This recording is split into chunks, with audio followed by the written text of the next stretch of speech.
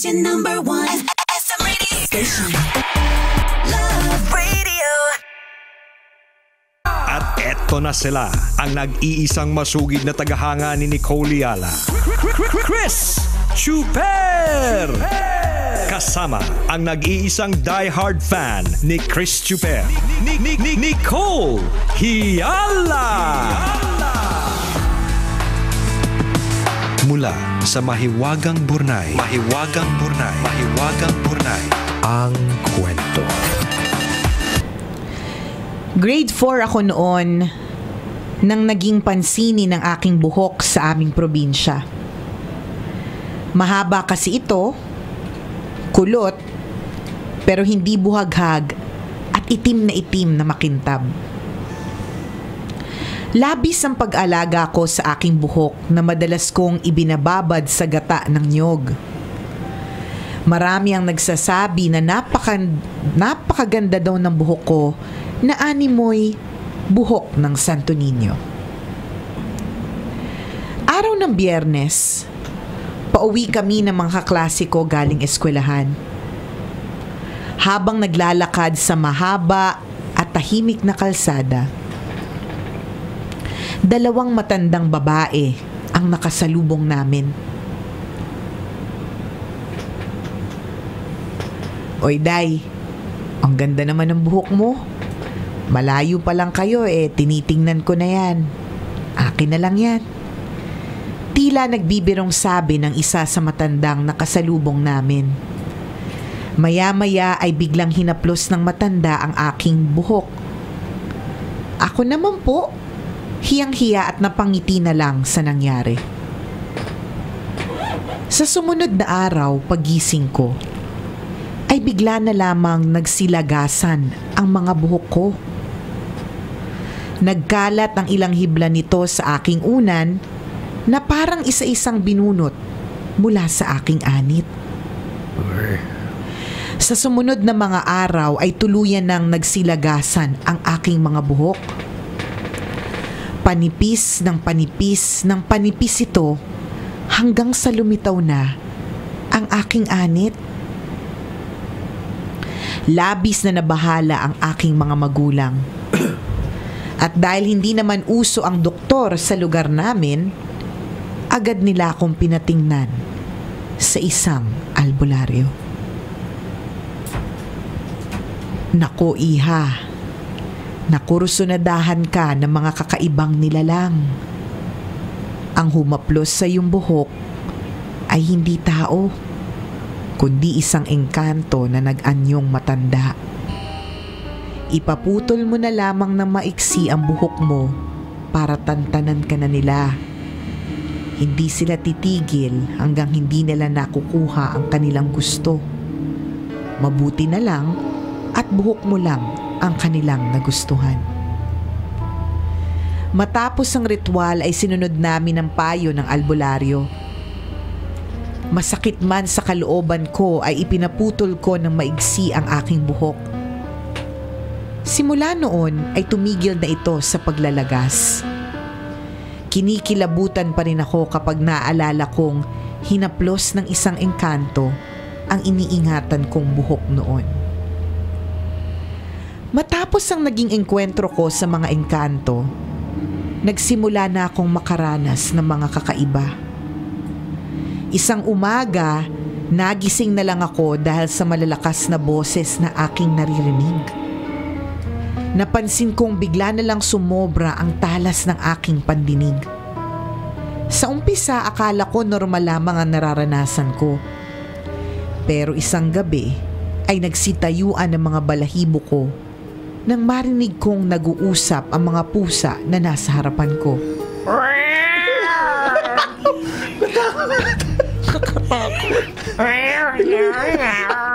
Gusto ko yung lampungan tangkenya. Paano yung lampungan? Hindi.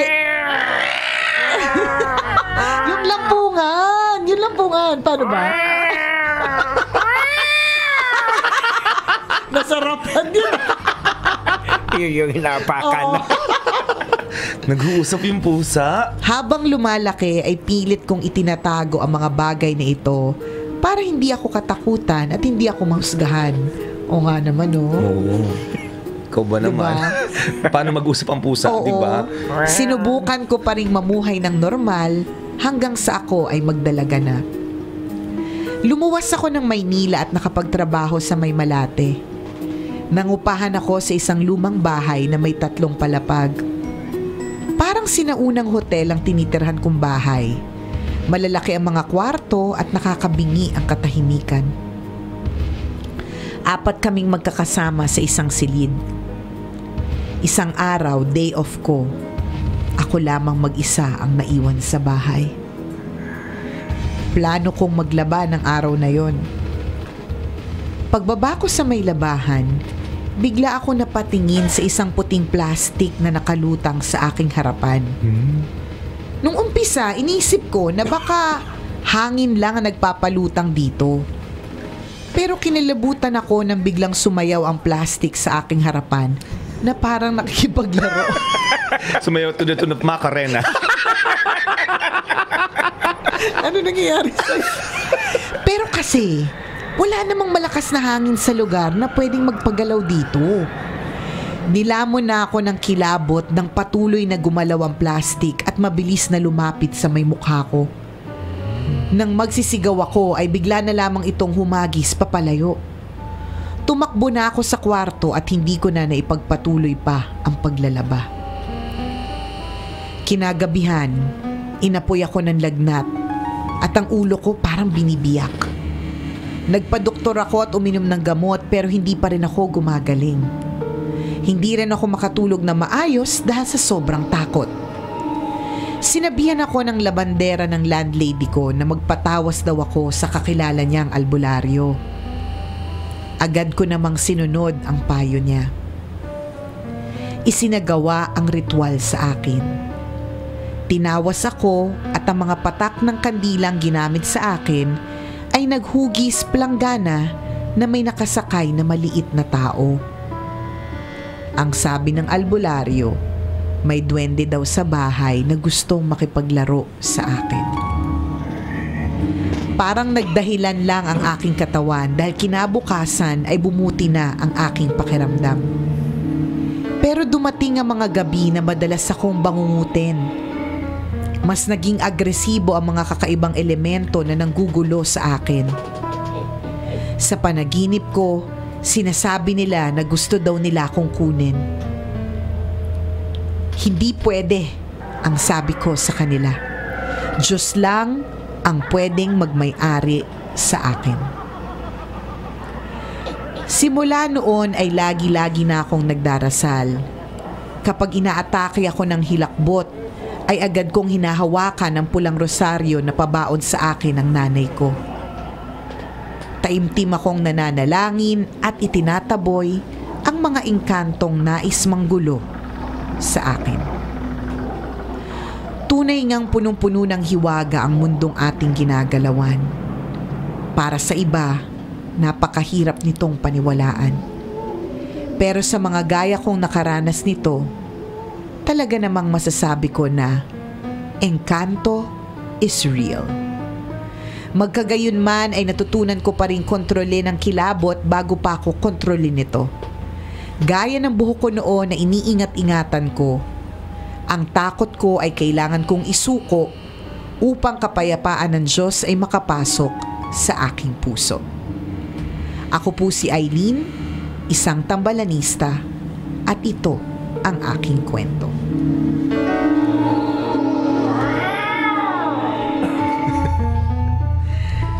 Scary yung ano. Oo, nakakatakot yung mga Pusang nag-uusap. Yung naiintindihan mo sila. Baka naman nanonood ka lang ng Tom and Jerry. Oo.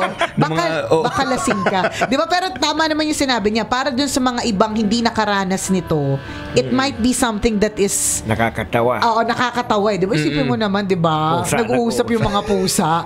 Di ba? Isipin mo, plastic na sumasayaw sa harapan mo. Correct. Kasi di mo na-experience eh. Pero para sa kanya na talagang naranasan mahawakan ng engkanto yung buhok. Grabe, no? Nakaka-lurky. May experience ba kayo sa ganun? Ang tawag sa amin yan sa Bicol na anayo eh. Na anayo, sa amin din. Inayo, anayo. Oo. Yung dati may kamag-anak kami, a distant relative, ganun din, napagtripan daw. Hindi naman napagtripan, nagustuhan, nakurso na dahan ng engkanto. Ng diwata, mga ganun, di ba? Sinasama talaga siya. Sumama siya? Pinipigilan ng mga anak eh. And para mapigilan ng tuluyan, tatawag talaga ng albularyo. At ang payo ng albularyo, the moment na dumala ulit yung engkanto na yan sa nanay mo para sunduin siya, sabihin niyo wag na wag sasama. Kayo mismo ang pumigil. At para mapigilan daw yun, lahat ng entry point ng bahay ninyo, lalagyan nyo ng asin. Pero saan niya nakikita? Nakikita niya talaga? Hindi. Or through a dream? Diba minsan? Sumasapi sa katawan niya. Ako nasaksihan ko yun na first hand. First account talaga nakita ko. Anong nangyayari sa boses? Hindi iba. Naiiba talaga. Umiiba talaga. Paano? Oo. Paano? Ganon? Gumaganyan? Hindi nga. Para at least alam ko. Diba? Hindi, naiiba kasi talaga eh. Parang tumitinis. Pero Tagalog pa rin ba? Nakakaintindi ng Tagalog. Hindi kasi mali kung meron silang ibang lengguwahe, di ba? Yung naiintindihan namin. May time na nagalit siya. May time na nagalit siya kasi nagalit yung engkanto. Yung engkanto kasi tinali ng mga anak yung nanay nila sa bed para hindi makabangon. Ako totoo to. Nakita mo talaga. Oo, nakita ko habang wala pa kasi yung albularyo eh. Syempre ayaw mo lumabas nung mga anak yung nanay nila. So itinali. Tapos yung habang nakahiga nilagyan ng asin yung ulo. Nagalit, na iba yung boses, naging boses lalaki, tapos nagwawala na siya. Oh, scary talaga. Oh. Anong ginagawa mo nung mga panahon na yun? Nagpicture. Kung may cellphone na no? Naka-selfie. Oo. Viral na yan noon. Nakakapit ako. Kapit-kapit kami mga magpipinsan, no? Nakakatakot talaga siya. Ako ang first hand kong nakita. Parang lumaki ako, hindi ko na nawala. So truly. Pero, may ganun talaga. Pero eventually, hindi na rin siya kinuha. Hindi na rin siya nagpakuha. Hindi na. Binantayan na siya nung albularyo.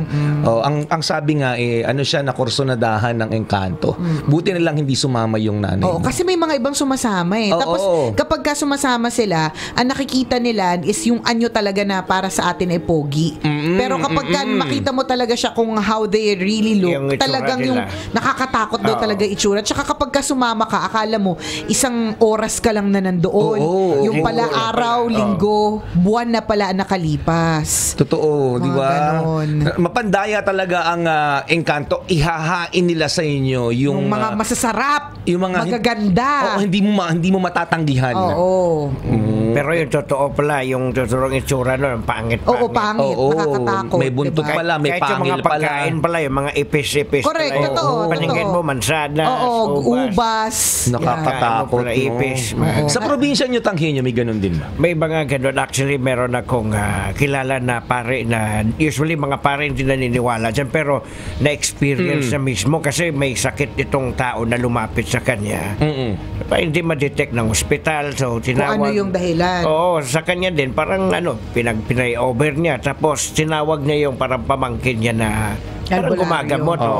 Manggagamot. Wala naman mawawala. Total, medyo malala na. Ang ginawa, parang may pinainom. Tapos may mga lumabas sa bibig na parang buntot ng daga. Totoo? Oo. Itong pare na to dati hindi talaga sa Nakita mo to? Hindi, yung pare Friend nga. niya yung pare. So, yun talaga nakita niya na may buntot ng daga yung na parang lumabas. mga ng pusit. Na, Totoo? Oo. Nakakatakot. Hindi ka food poisoning lang? Hindi, talaga Talagang parang mga hayop-hayop na Siguro baka na engkanto na pinapakain siguro ng engkanto sa kanya masasarap na prutas. Oo, correct. Ang tingin niya, ubas. Tapos daga pala. Daga pala. Hindi, diba? Kaya Posible talaga yung ganon. So, nung afternoon, naging magaling na siya. Gumaling na. Gumaling na siya. Kasi natanggal na sa katawan niya yung mga engkanto foods. Pero parang may pinagawa. Engkanto Pero foods. sa food court sa Buendia may engkanto foods doon. Engkanto foods. Okay, tapos So parang may pinapagawa sa kanya na magdasal siya, parang hindi ginawa. So eventually parang namatay. Ganun. Nasakop din. Kaya Mahirap paniwalaan, pero talagang it exists, mga kaibigan. maniwala po tayo kasi baka mama ipaniwala sa atin, di ba? Lalo na daw sa Italy, ito na experience. Italy? Sa Italy, ang dami daw talaga doon. Totoo? Kasi naging pare ito sa Italy eh. Doon mismo? Meron niya doon sa Christie na parang may magkukumpisal sa kanya. Oo. Biglang maya-maya daw pagtingin niya habang dinadasalan niya, yung umikot yung ulo. Literal. Tapos yung bunganga, yung bibig na bumuka. Yung lumalaki? Oo. Nakakatakot. Uy. Sa bagay, exorcism nga, mahirap paniwalaan, pero Sobrang totoo yun Oo nga eh. Sobrang Diba? nakakatakot. Ay, ang nakakalurkay dito kapag ka true story kasi kaya, Oo. 'di ba? Based on a true story, first hand experience Oo. katulad ikaw, 'di ba? Ikaw Totoo. yung kaibigan mong pare, 'di ba? Gusto ko nga ulit makakita pero... Huwag na. Para saan? Hindi pa rin Para bago mag-viral. ma-share. Para mag-viral. Para ma-post. Baka sakaling dumami yung shares. Nakakalurkay. Para may share na bago, para hindi yung laging dati. Alam mo kahapon, mga ganun naman, di ba? Oo, na-experience ko nung dati umuwi, neto lang na umuwi ako, Oo. di ba? Sa lahat ng mga nakikinig, bisitahin niyo si Chopper. Gusto daw niya eh. Si Chuper lang ha. Huwag na kami. Si-share ko sa inyo para ma-experience nyo din. Nakakatakot. Scary. Pero, di ba, yun nga, tama yung sinabi nung sender natin na talagang the power of a prayer. Napakahalaga. It's very important. Yes. Paulit-ulit niyang sinasabi na ang takot is kailangan niyang isuko. Hindi niya hinayaan na yung takot yung bumalot sa kanya eh. Tama. Lagi niyang iniisip kapag ka ini-invite siya. Lagi niya sinasabi, hindi pwede kasi ang Diyos lang ang pwedeng magbayari sa akin. Tama, napakagandang linya nun. Ganda-gandang linya nun. Well, mostly kasi sa mga halimbawa, yung mga hindi nakakakita, yun yung medyo strong yung faith. Yes. Yung mga nasasaniban, yung mga nakakakita, yun yung medyo At weak saka yung faith. usually Yun yung malapit. daw, tsaka usually, yung mga may sakit, kasi mahina yung katawan mo eh. So, yung resistensya mo mahina. So, doon din sila umaatake. Yun din yung sabi ng mga matatanda, totoo yun, kapag hindi ka madasaling tao talaga, mas prone ka sa mga elementals. Pero pag ikaw yung tipong talagang sincere yung pagdadasal mo, maka-Diyos ka, lahat sila malayo sa'yo. Tsaka ang galing nila, no? Kapag ka nagpapatak ng kandila, may na-form talaga. Nag-form naman talaga. Tapos, nag-agree naman tayo. Oo nga, kabayo nga siya. Oo nga, no? Babaeng mahaba ang buhok. Oo nga, yan yung parang batang nakasalubong ko. Ganun. Kasi in whatever reason, the next day gagaling talaga. Oo, kaya. Diba? Tsaka hindi ko alam kung anong meron sa tawas. Oo. Diba? Pag tinatawas ka, pinapusukan ka, ubong-ubo na nga ako nung bata ako pag naanayo ko eh. Tatawag yung lola ko. Tatawagin mo si Manggana, si Manligo. Tawasan mo to si Totoy. Sa kinabukasan talaga gagaling ka. Tapos minsan nga yung albularyo gaganon yung daliri mo. Pag mas mataas pag hindi pantay yung daliri mo, may sakit ka. Sabi. Try nyo. Uto-uto lang, wala naman talaga. Adik ka! Buisit! Nakakainis! Joke lang yun, walang katotohanan yun. Sumunod lang kayong dalawa. Ako naman pinilit kong pagpantayin para wala akong sakit. Pabihira, nag-gags mo lang para ako. So, katulad nga ng sabi ni Eileen, Encanto is real, guys. Yes. And because it's real, respetuhin natin that they are there. Yes. And ano sila ang explanation sa atin ng kaibigan natin, Spirit Quester na si Nick Nangit, sila ay tagabantay ng kalikasan. Ayun. Tama. So, Tsaka ang pinaka-importante sa lahat, kahit saan mo tingnan ng aspeto, yung asin talaga. universal, yan eh. Universal keme. Hindi ko sure kung anong tawag ba sa... Solvent. Tinitira mo, Chuper. Oo, asin daw. Yung asin talaga. Kahit meron nga, Napakahalaga. halimbawa, yung mga sabi nila na Encanto, di ba, may pantal-pantal. Ginagawa nila, lagyan ng asin, tapos Magaling din. Nung nag-shoot nga tayo kilataan niya dati, sabi ko, naku, Uy, ang tabayanan niyo po yun ha. Meron kaming Halloween special. May content kami. Oo. Totoo, sabi ko, huwag niyo damihan yung asin kasi baka magalit yung may mga elementals. So may asin kay kineme talaga. Kasi nagwasiwas. Nagwasiwas May eksena kasi doon na magsasaboy. Oo nga, no? Kasi medyo probinsya, tapos posible. Baka magalit. Oo, baka magalit. Nagsushoot lang naman tayo. No? Hindi naman iisipin ng elemental, may content silang ginagawa. Diba? Hindi naman maisip ng elemental na gusto lang natin mag-trend. Malay natin, pagkatapos yung edit, biglang may na-capture lumabas, pala oo, doon. Takot! O, antabayanan nyo po yan. May mga content po kami mga kabisyo sa aming Love Radio Manila Facebook page. So please, i-like nyo lang po yung page na yan, tapos share nyo po yung mga content. GB lang. Tama. And don't forget to pray. Encanto is real. Never underestimate the power of prayer, mga kaibigan. Evil exists, mga kabisyo, pero lagi natin tatandaan, mas marami pa rin ang mabuti, mas makapangyarihan pa rin ang Diyos. Yan. Tama. Maraming salamat sa lahat ng mga nakatutok sa atin ngayong oras na ito. Thank you very much.